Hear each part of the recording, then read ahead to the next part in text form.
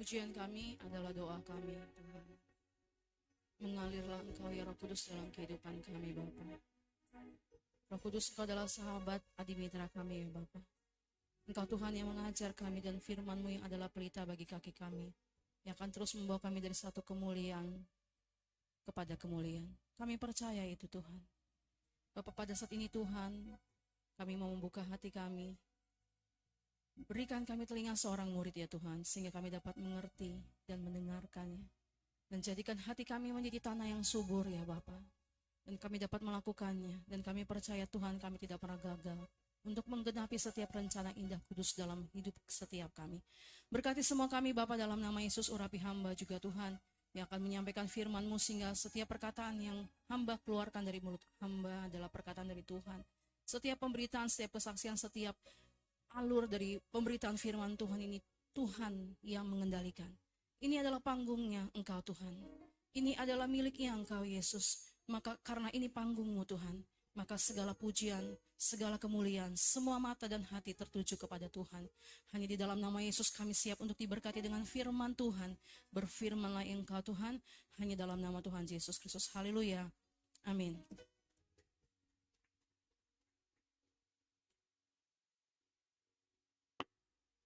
Shalom semuanya. Apa kabar? Wah, cuma satu orang yang mengatakan luar biasa, dahsyat, yes. Saya mau mengajak setiap kita, jadikan, karena ini gimana sih kalau sebuah panggung, kan panggung itu pastinya dalam rame ya. Jadi kita berikan pujian dan tepuk tangan kita kepada Tuhan dan katakan, apa kabar luar biasa, dahsyat, yes, karena Yesus yang ada dalam kehidupan kita. Oke, kita katakan apa kabar? Dahsyat, yes. Amin. Tepuk tangan dulu buat Tuhan. Ya. Tema kita hari ini adalah membuka pintu surga. Apa saudaraku? Wah, kalau temanya kita membaca membuka pintu surga, berarti sesuatu yang agung, sesuatu yang mulia, sesuatu yang kudus, yang maha kudus, sesuatu yang dahsyat, namanya surga gitu kan ya saudara. Dan kalau kita membuka pintu surga, berarti sesungguhnya kita juga harus punya akses, benar nggak? Ya kan, kita punya akses dan kita menghampirinya dengan penuh keberanian. Surga itu adalah suatu tempat yang maha kudus, saudaraku.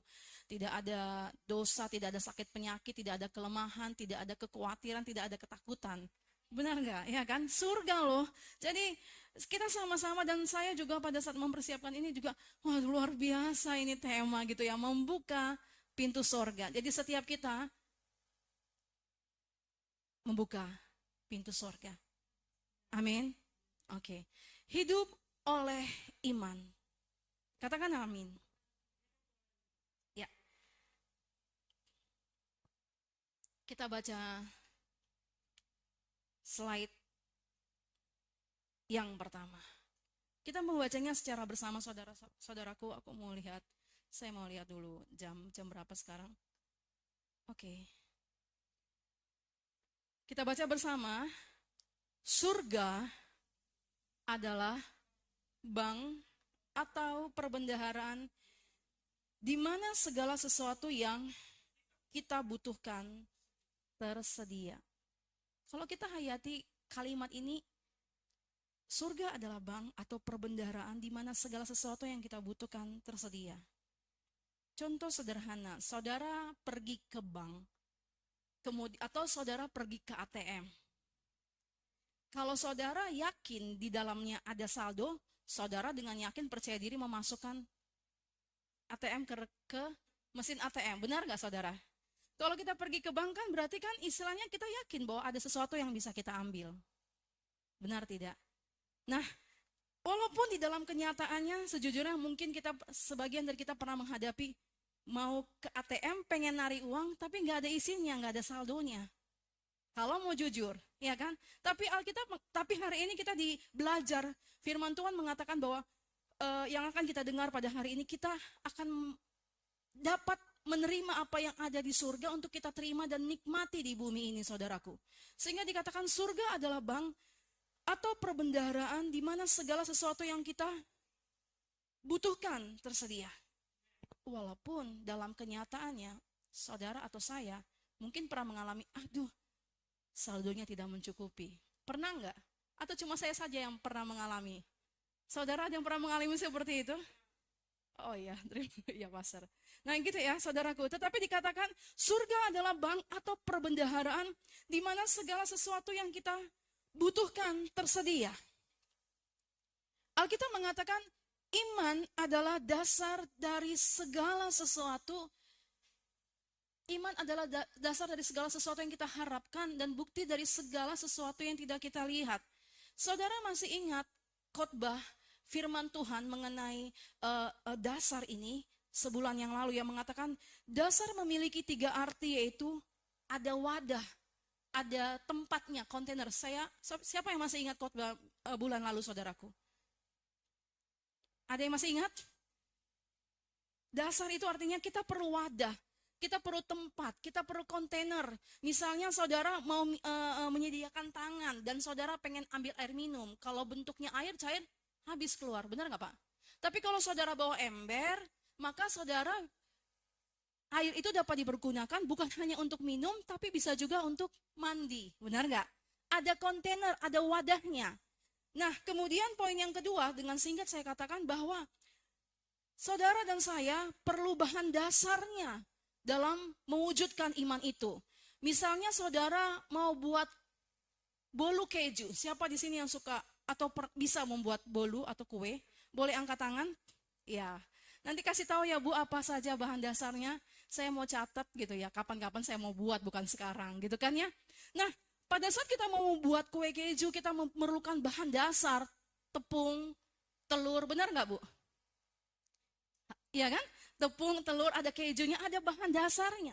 Demikian juga dalam iman, itu ada bahan dasarnya. Misalnya kita pengen hidup dalam sukacita, hidup damai sejahtera, maka kita harus memiliki bahan dasar, kita mengampuni, mengasihi.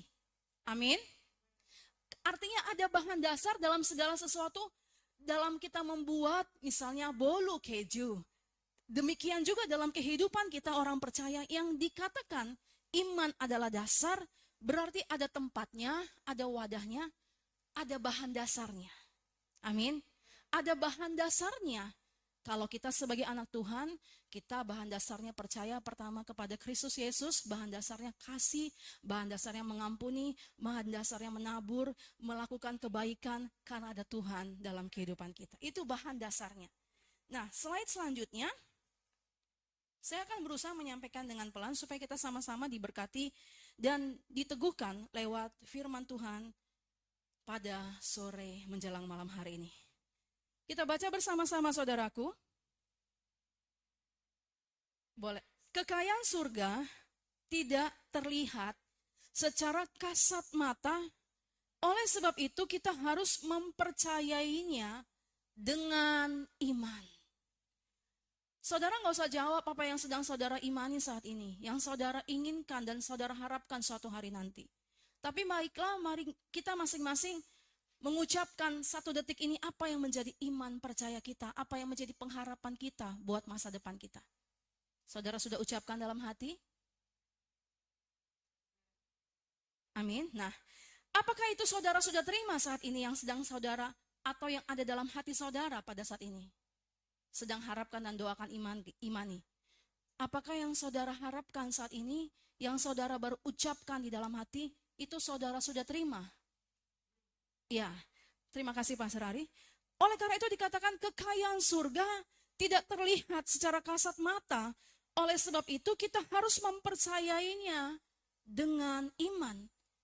Saya pengen suatu hari, misalnya saudara di sini yang mungkin saya pengen punya rumah yang bagus dengan minimal 3 kamar, 4 kamar, ada pekarangan, ada halaman, atau mungkin punya kendaraan, saya pengen anak-anak saya kuliah di luar negeri atau apapun, saya pengen punya sekolah, saya pengen punya anak asuh, saya nggak tahu apa yang menjadi kerinduan dan doa-doa harapan saudara, benar. Belum terlihat, tapi perlu iman yang secara nyata belum kita terima. Mari kita buka Efesus 1 ayat 3, saudaraku. Efesus 1 ayat 3 berkata, mari kita baca firman ini, firman Tuhan, perkataan Tuhan, logos ini menjadi kekuatan bagi setiap kita. 3, 2, 1, terpujilah Allah dan Bapa Tuhan kita Yesus Kristus, yang dalam Kristus telah mengaruniakan kepada kita segala berkat rohani di dalam surga.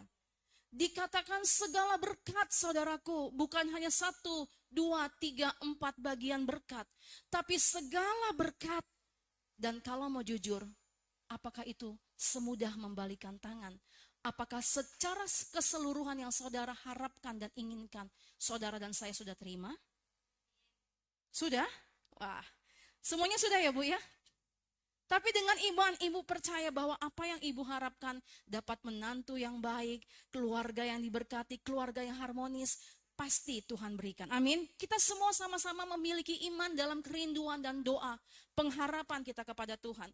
Karena Alkitab mengatakan tadi, segala berkat rohani di dalam surga. Sama-sama kita katakan, segala berkat rohani di dalam surga.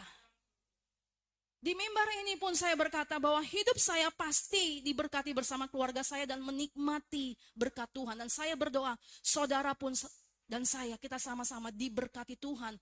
Bukan hanya sekedar diberkati, tapi untuk menjadi berkat.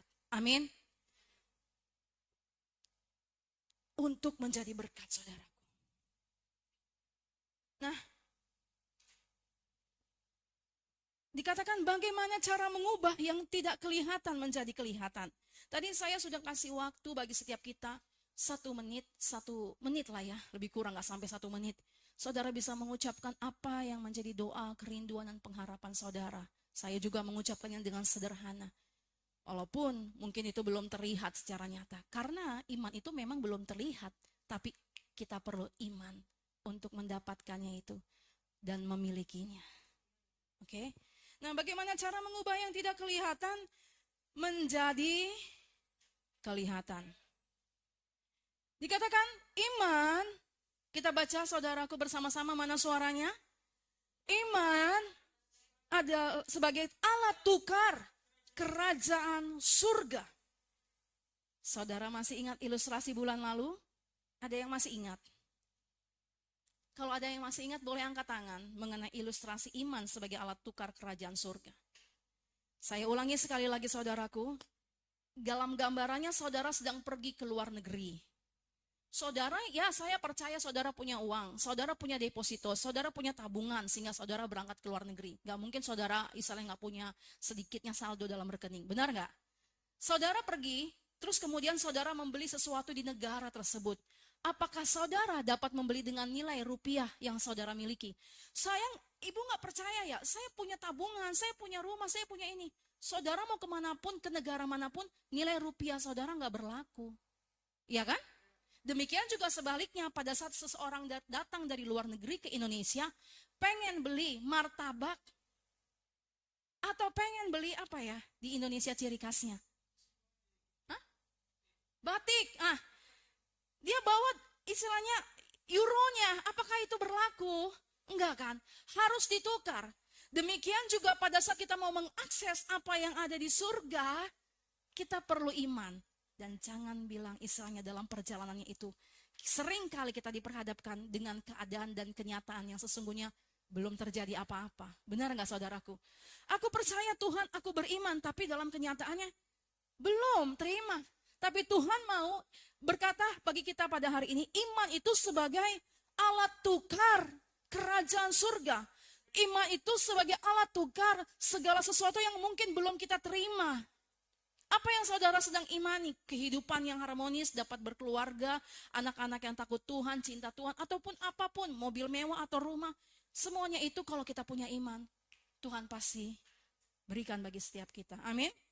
Mari kita buka firman Tuhan dari Matius 8 ayat 5 sampai 13. Dan untuk menghormati firman Tuhan, saya mengajak untuk Bapak Ibu Saudara yang terkasih di dalam Tuhan untuk boleh bangkit berdiri, kita baca bersama-sama. Dan saya minta dibantu untuk yang pria, diberikan mic supaya suaranya keluar. Terima kasih Bu. Matius 8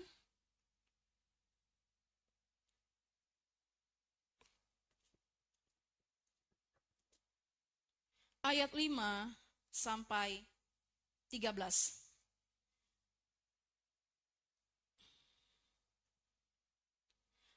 Ayat 5 ayat ganjil dibaca oleh kaum pria dan ayat genap dibaca oleh kaum wanita, dan ayat yang terakhir kita baca secara bersama-sama.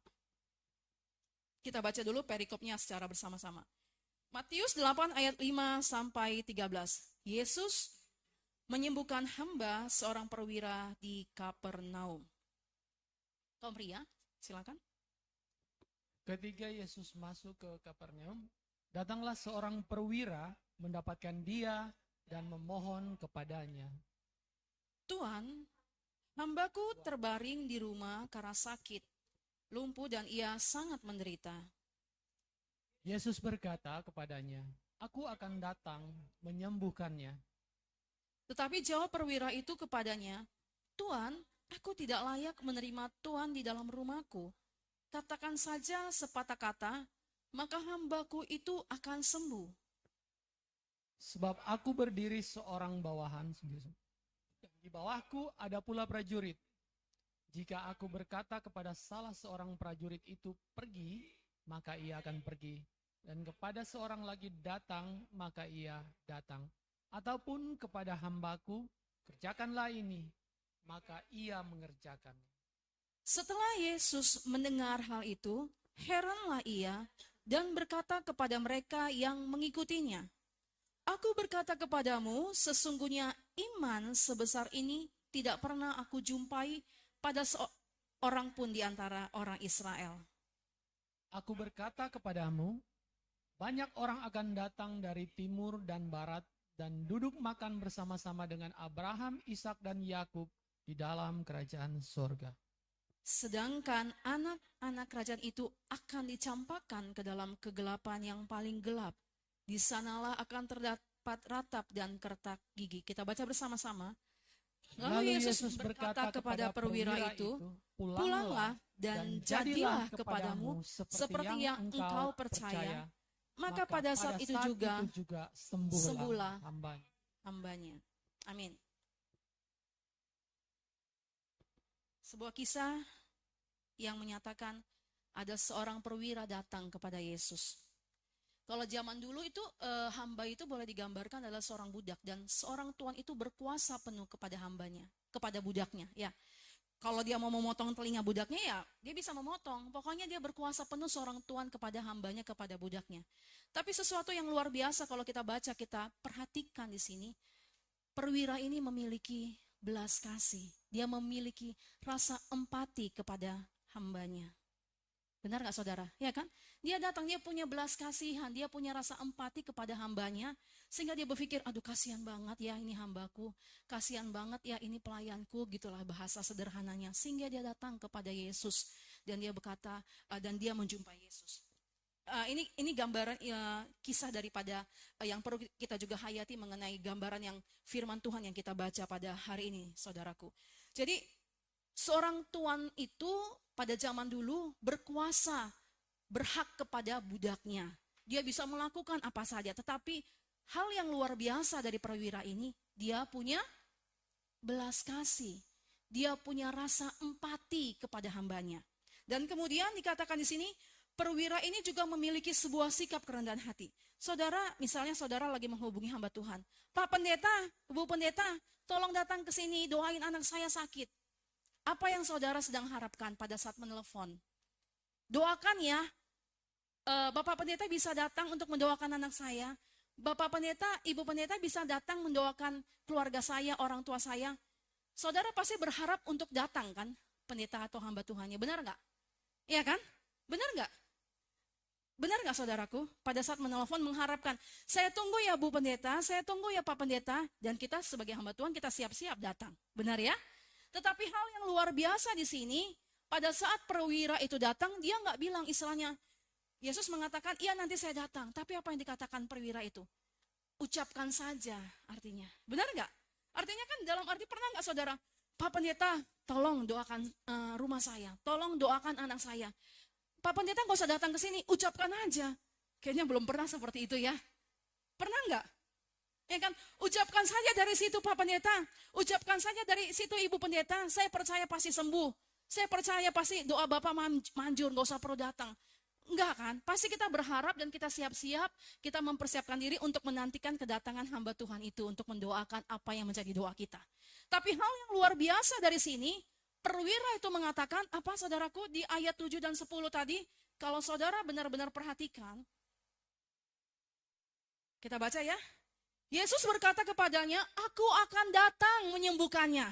Pendeta saudara mengatakan, ya ibu, saya akan datang ke rumah ibu mendoakan yang sakit. Ya saya akan datang untuk mendoakan rumah saudara. Ya saya akan datang untuk mendoakan, datang. Tapi di sini dikatakan, apa yang dikatakan ayat 8? Tetapi, saudara boleh menghadap ke sini bersama-sama. Tetapi jawab perwira itu kepadanya, Tuhan, aku nggak layak menerima Tuhan di dalam rumahku. Katakan saja sepatah kata, maka hambaku itu akan sembuh. Aku nggak layak.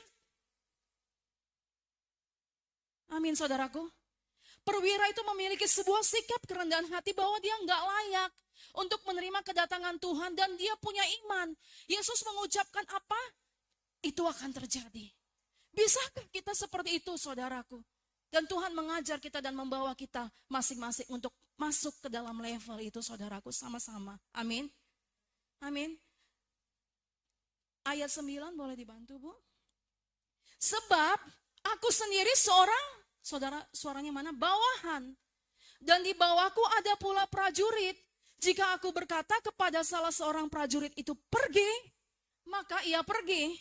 Dan kepada seorang lagi datang, maka ia datang. Ataupun kepada hambaku kerjakanlah ini, maka ia mengerjakannya. Kita sesungguhnya perlu memiliki iman seperti itu, walaupun dalam kenyataannya mungkin terkadang kita lemah dalam hal-hal tertentu saudaraku. Tetapi beranikah kita seperti perwira ini? Mempercayai semua janji firman Tuhan digenapi dalam kehidupan kita masing-masing. Amin. Karena perwira ini memiliki sebuah sikap kerendahan hati. Aku nggak layak Tuhanku, ucapkan saja. Maka aku percaya hamba-Ku pasti sembuh. Amin. Amin saudaraku. Perwira ini memiliki sebuah sikap empati yang luar biasa dan memiliki sebuah sikap iman yang luar biasa. Kehidupan kita sehari-hari seringkali kita mengandalkan hamba Tuhan, pendeta, Bu Pendeta boleh. Setiap kita punya akses untuk datang kepada Tuhan. Setiap kita dikaruniakan iman untuk kita menerimanya. Apa yang Tuhan janjikan dan kita percaya. Amin. Amin saudaraku. Ini kita belajar dari kisah mengenai seorang tuan yang mengasihi, yang punya empati kepada hambanya. Dia mengatakan, ucapkan saja sepatah kata, maka pada saat itu juga hambanya itu sembuh. Kita minta sama Tuhan, Tuhan berfirmanlah Engkau. Pada saat kita terima rema itu, bukan hanya sekedar firman yang adalah logos, tapi firman yang menjadi rema, perkataan Tuhan yang hidup itu. Pasti dalam nama Yesus digenapi bagi setiap kita. Amin saudaraku. Amin. Iman sebagai alat tukar kerajaan surga.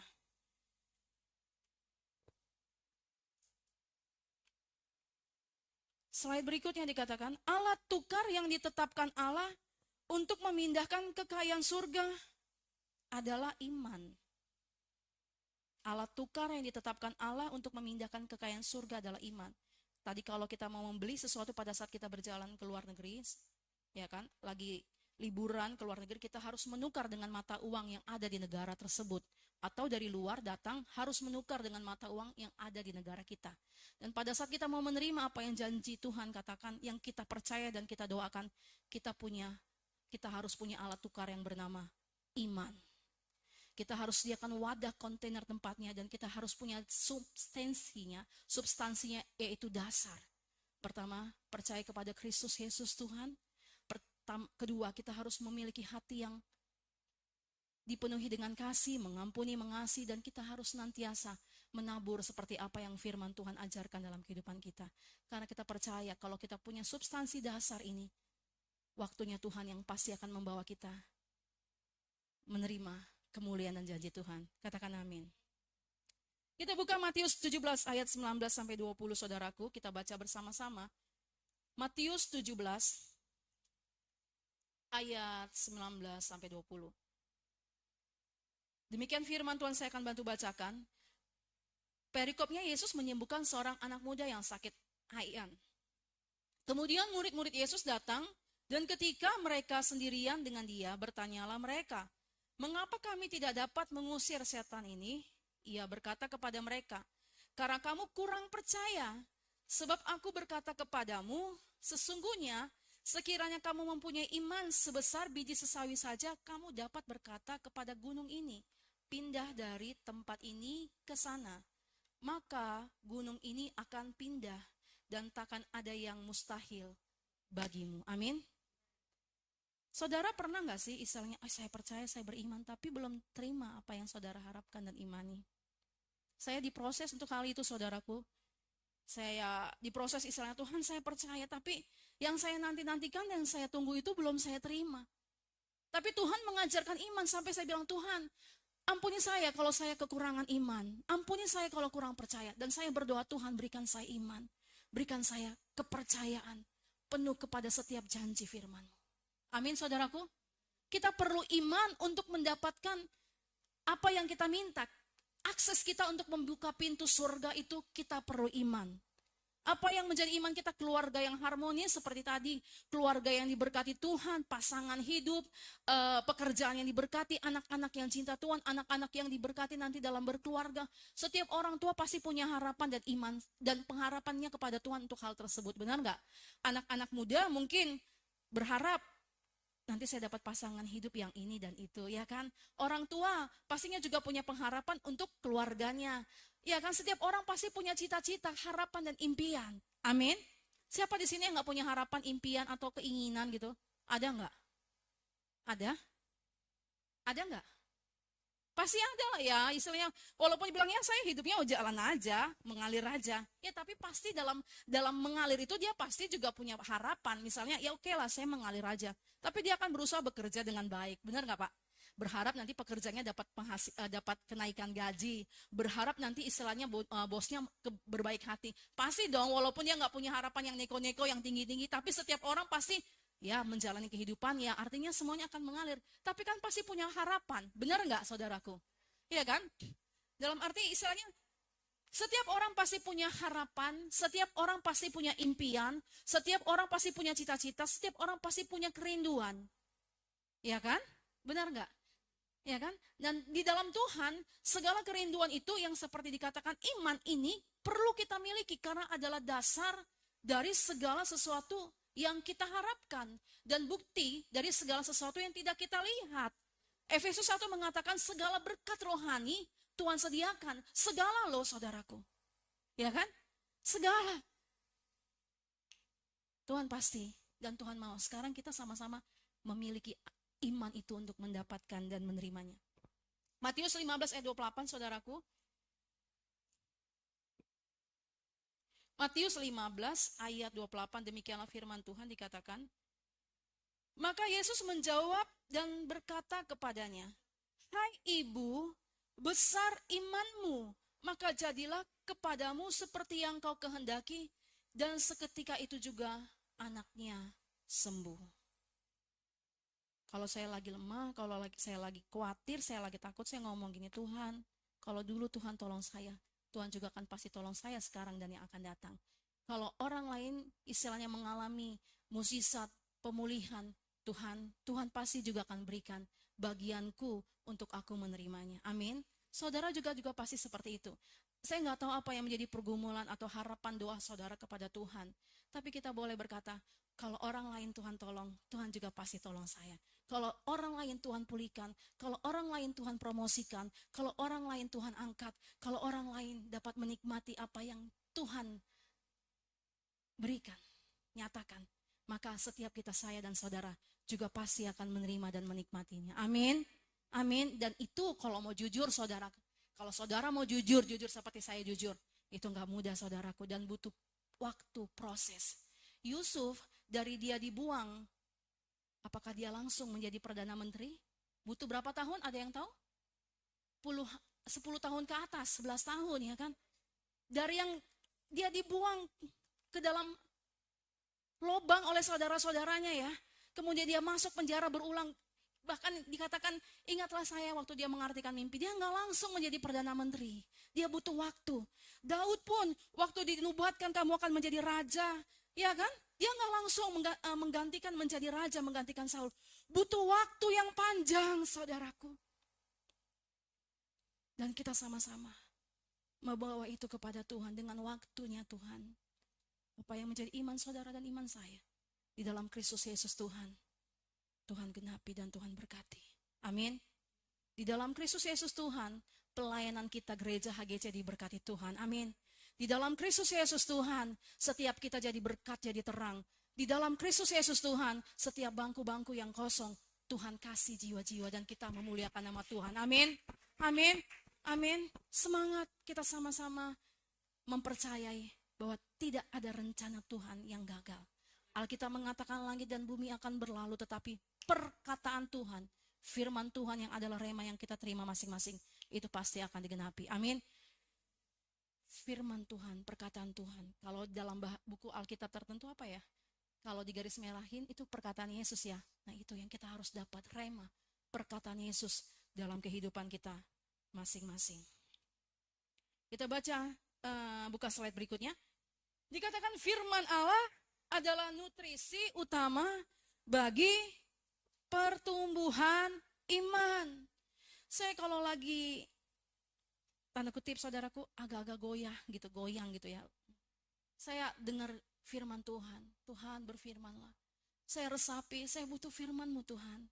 Jangan pikir hamba Tuhan gak perlu firman Tuhan. Kita semua perlu firman Tuhan. Jangan pikir istilahnya pendeta saudara, gembala saudara gak butuh firman Tuhan. Kita semua perlu firman Tuhan, karena itu nutrisi, ya kan? Nutrisi yang memberikan kita kesehatan dan kekuatan. Saudara kalau lagi lemas minum teh manis, ada tenaga ya, ya kan? Nah, firman Tuhan itu memberikan kita tenaga, saudaraku. Amin. Firman Tuhan itu memberikan kita kekuatan dapat berdiri tegap. Firman Tuhan itu memampukan kita melewati segala sesuatunya, proses yang Tuhan izinkan. Dan Tuhan tidak pernah membiarkan kita bergumul sendiri. Dia adalah Allah Immanuel yang menyertai kita. Dan lewat komunitas, kelompok-kelompok doa saudara yang di dalam Tuhan, itu juga menjadi bagian di mana Tuhan memberikan kekuatan. Amin. Dikatakan Yesus adalah mentor yang akan memimpin kita kepada kesempurnaan iman. Tuhan Yesus adalah mentor yang akan memimpin kita pada kesempurnaan iman. Di sini apakah semua di sini punya mentor rohani? Hah? Mana suaranya saudaraku? Ya, nah, di sini dikatakan Yesus adalah mentor yang akan memimpin kita pada kesempurnaan iman. Kalau mungkin manusia kita bercerita, mungkin kamu sih, terkadang orang itu suka mengintimidasi atau menjudge ya, benar nggak? Ya kan, tapi Yesus itu nggak pernah menjudge. Yesus itu mengampuni dan mengasihi, bahkan membuat kita jadi percaya diri. Siapa yang setuju dengan saya?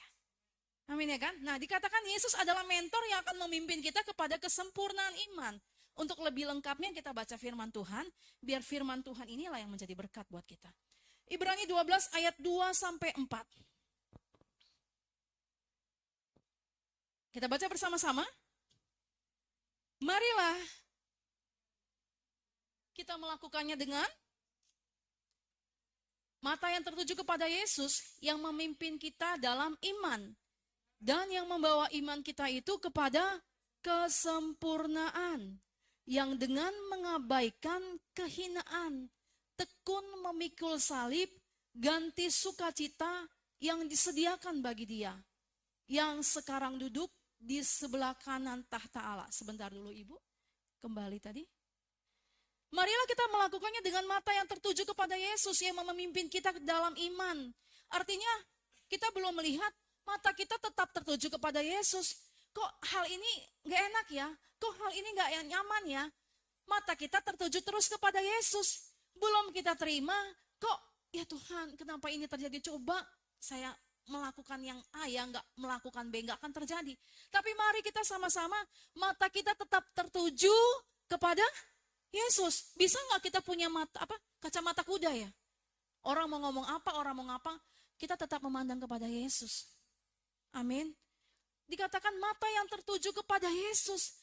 Terkadang godaan atau tawaran dari dunia atau hal-hal yang mungkin mengintimidasi kita atau melemahkan kita, mengganggu kita. Tapi firman Tuhan berkata bagi kita hari ini, mari kita menggunakan kacamata kuda yang tertuju kepada Yesus. Lanjut ayat 3-nya tadi.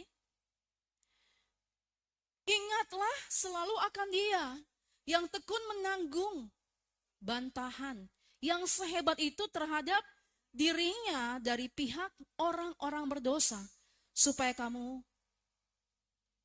jangan menjadi lemah dan putus asa. Kalau kita lagi lemah, kalau kita lagi tidak bertenaga, ingat pengorbanan Yesus, ingat kasih Yesus. Kalau Tuhan membawa kita sampai pada saat ini, saudara, Tuhan telah membawa kita sejauh ini masing-masing. Saya nggak tahu gimana perjalanan kehidupan saudara pribadi, lepas pribadi. Tapi saya menghayati Tuhan, Tuhan telah membawa saya sampai sejauh ini. Tuhan telah membawa saudara sampai sejauh di mana saudara berada. Nggak mungkin Tuhan melakukan hal-hal yang biasa. Amin. Tuhan pasti melakukan hal-hal yang lebih luar biasa. Amin.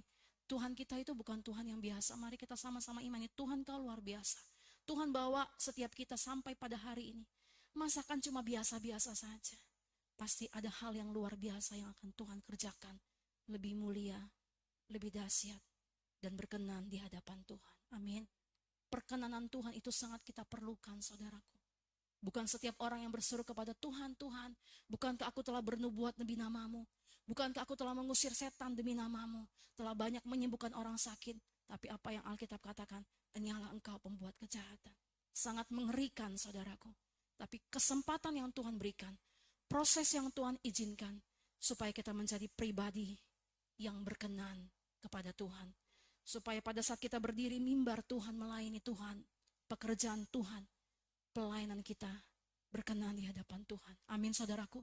Itu yang terpenting, berkenan di hadapan Tuhan. Ayat keempat. Dalam pergumulan kamu melawan dosa, kamu belum sampai mencucurkan darah. Alkitab menceritakan, kita tahu bagaimana waktu Yesus sungguh-sungguh berdoa. Ya kan, keringatnya seperti titik, seperti peluh darah yang seperti gambarannya.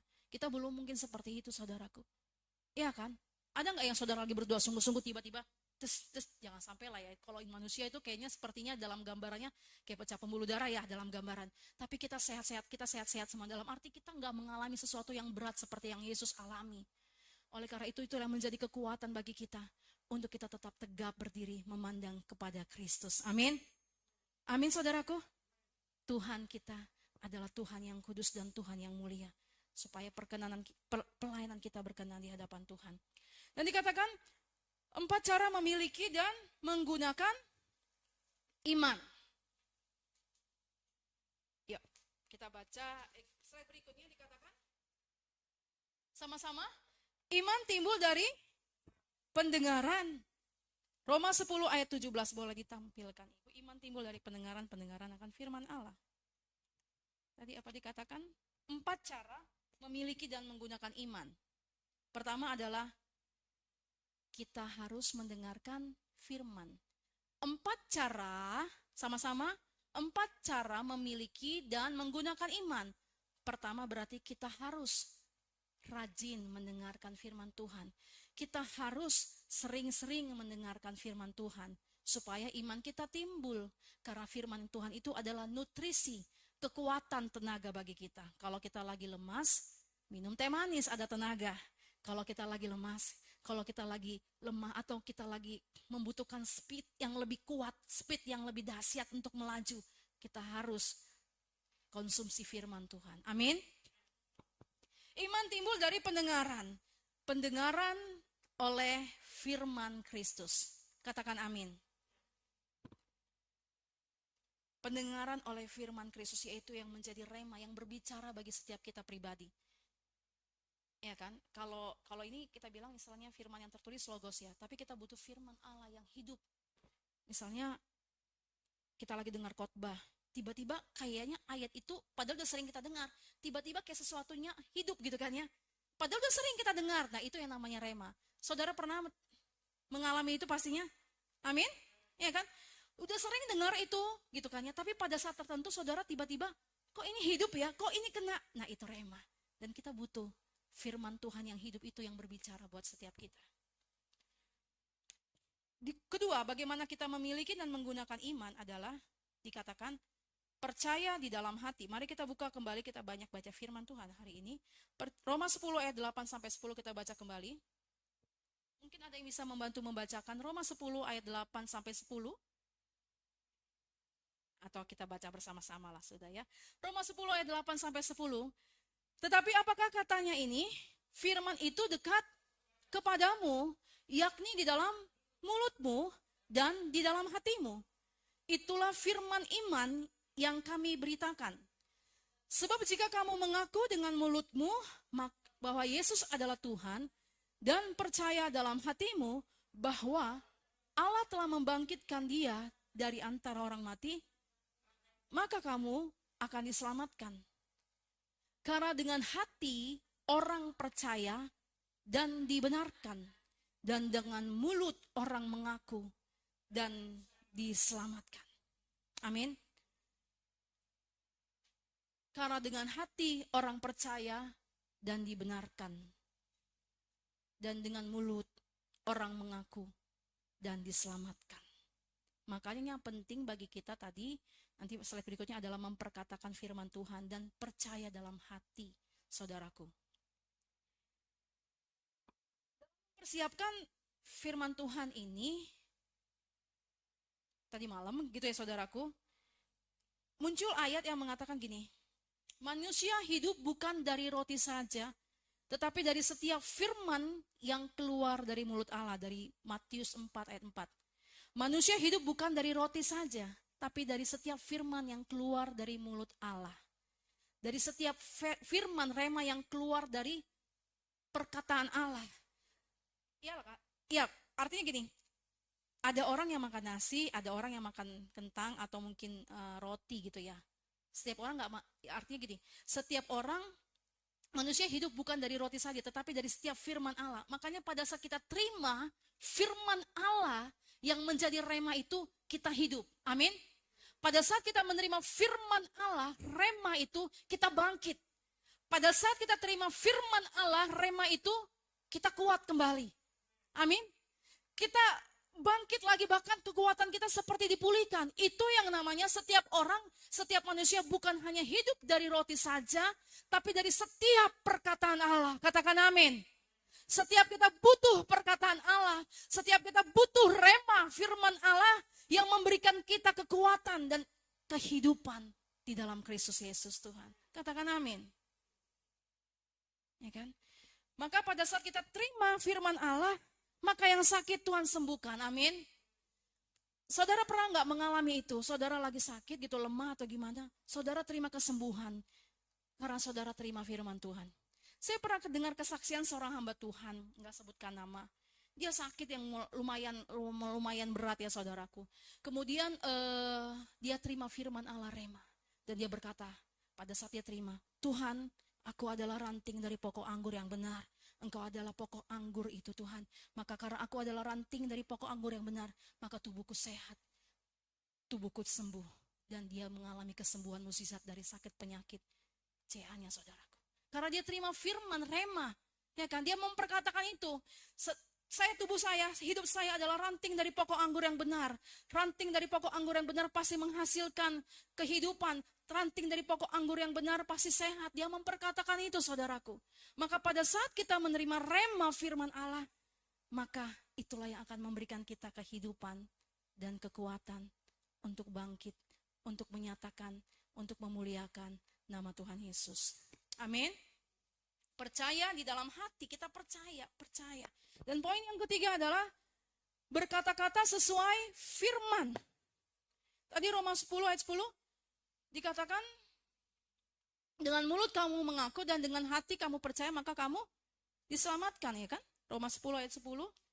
Maka mari kita diingatkan bagaimana kita memiliki dan menggunakan iman adalah berkata-kata sesuai firman. Roma 10. Dengan hati percaya dan dengan dibenarkan dan dengan mulut orang mengaku diselamatkan. Jadi kita perkatakan firman Tuhan, apa yang menjadi doa-doa kita, harapan kita. Berkata-kata dalam firman Tuhan. Seperti teringat mengenai kisah wanita yang pendarahan. Dia berkata, mungkin dia nggak cuma sekali saja mengatakan, tapi dia berkata, asalku jamah jubahku, aku sembuh. Asalku jamah jubahku, aku sembuh. Dia terus memperkatakannya. Saudara pernah nggak menghayal itu? Zaman dulu misalnya penyakit seperti itu dianggap orang najis, benar nggak? Iya kan? Kotor gitu kan ya. Pasti dengan pendarahan yang sudah bertahun-tahun, mungkin pun orang dekat dia bau, benar. Belum pun sampai dia udah bau, benar nggak sih? Ya kan? Jadi dia itu merangkak dengan berkata, sambil dia terseok-seok mengatakan, asalku jamah jubahnya, jubahnya. Saya percaya itu bukan hanya sekali saja saudara dia perkatakan, tapi dengan tertati-tati dia berkata, asalku jamah jubahnya, asalku jamah jubahnya, asalku jamah jubahnya, aku sembuh. Dia berkata seperti itu, dan terjadi kesembuhan bagi wanita pendarahan itu. Dan saya percaya pada saat kita terus memperkatakan firman Tuhan, apapun itu yang sedang kita harapkan dan kita doakan, kita pasti menerimanya. Saudara dan saya pasti menerimanya. Saudara dan saya pasti diberkati Tuhan. Saudara dan saya yang percaya pasti akan diangkat Tuhan dan dimuliakan di hadapan Tuhan dan di hadapan manusia. Katakan amin. Amin saudaraku, berkata-kata sesuai firman. Dan poin yang keempat dikatakan bertindak. Yakobus 2 ayat 14. Bertindak. Kita berikan tepuk tangan dulu gereja kita ada di Hotel Pop ini tempat ini saudaraku. Ya kan? Saya percaya Pastor Ari bertindak dengan iman. Pada saat itu zaman Covid ya, benar gak sih? Zaman Covid ya kan? Kita ibadah lewat Zooming ya kan? Dalam arti tempat semuanya mahal ya. Tapi bertindak dengan iman, temukan kalau nggak ya kan pasti akan dikasih tempat. Jadi dalam kita mendapatkan gereja ini saudaraku, tempat ini itu karena sebagai salah satu bagian dari tindakan iman saudaraku. Amin. Amin. Sebuah tindakan iman sehingga kita mendapatkan tempat yang bagus ini saudaraku. Kita harus bersyukur. Amin. Di Jakarta ini ada loh tempat gereja, tempat ibadah yang panas. Saya pernah diundang dalam sebuah pelayanan saudaraku. Ya ampun. Saya keringatan di Jakarta loh, ya kan? Tempatnya panas, gak pakai AC. Kalau kita bisa beribadah dan melayani dengan tempat yang sejuk itu adalah hal yang luar biasa. Benar gak saudaraku? Jadi gak ada alasan untuk kita tidak melayani Tuhan dan lebih bersemangat. Ya kan? Sampai saya baju saya itu bahasa kuyup, anak saya itu pernah menyaksikan gitu bahasa kuyup sampai ya ampun Tuhan gitu sampai nembus gitu loh. Maksudnya dalam arti basah semuanya. Tapi itu gak akan mengurangi kita bagi orang-orang yang sungguh-sungguh melayani Tuhan ya kan. Bertindak dalam iman. Amin. Bertindak dalam iman.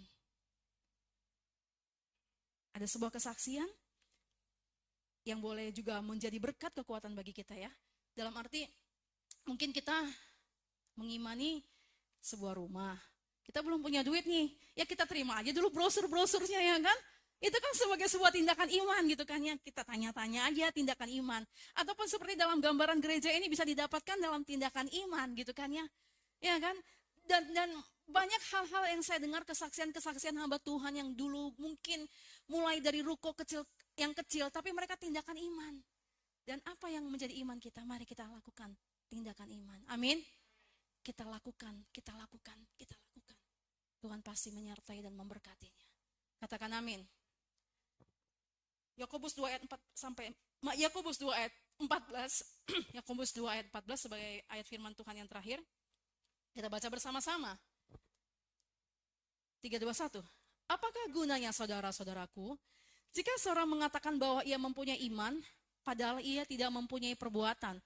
Dapatkah iman itu menyelamatkan dia? Terkadang dalam perjalanan kehidupan saya saudaraku, saya mengimani hidup saya diberkati jujur saudara. Tapi pada satu hal, pada saat saya mau menabur, Tuhan saya juga butuh, saya juga perlu. Kadang saya nangis gitu ya Tuhan. Tapi saya bertindak, saya nabur, saya melakukannya. Dan saya mengimaninya, Tuhan pasti berkati. Amin. Ya kan? Karena kita tahu bahwa segala sesuatu yang kita taruh kepada Tuhan, tidak akan kembali sia-sia. Ini karet ya saudaraku. Hukum gravitasi segala sesuatu pasti akan turun ke bawah. Ini saudaraku boleh mandang ke depan, lihat ke depan sebentar lagi kita selesai. Karet ini kita lempar ke atas pasti akan turun ke bawah. Amin. Hukum gravitasi pasti akan turun. Maka segala sesuatu yang kita taburkan, kita lempar, kita bawa kepada Tuhan, akan kembali kepada kita. Kalau kita menabur yang jahat, ya terima yang kalian tidak baik dalam proses perjalanan. Tapi Tuhan kita itu melimpah kasih karunia. Ya kan? Ada hal-hal yang, ya Tuhan sudah ampuni dosa kita, memang kita harus lewati dulu prosesnya. Tapi percayalah, kalau kita menabur, Tuhan pasti memberkati kita. Amin. Tuhan memberkati kita jauh melebihi daripada ekspektasi yang kita harapkan. Amin. Mari kita berdoa. Terakhir. Kita baca bersama-sama. Lakukanlah, suaranya mana saudaraku? Semua hal yang bisa membuat kita beriman. Belajarlah memperkatakan iman dan terus bertindak dengan iman. Mungkin di antara saudara di sini mungkin sudah ada yang memiliki apa yang saudara imani dan percayai. Atau mungkin juga ada yang belum, tapi mari kita sama-sama bahwa bagi Tuhan tidak ada yang mustahil. Bersama Kristus Yesus Tuhan akan menggenapi rencana indah kudus mulianya bagi setiap kita. Untuk apa? Untuk kita jadi besar, untuk kita jadi berkat karena Yesus yang besar dalam hidup kita. Amin. Untuk kita jadi berkat karena Yesus yang dimuliakan dalam kehidupan kita. Amin. Mari kita berdoa.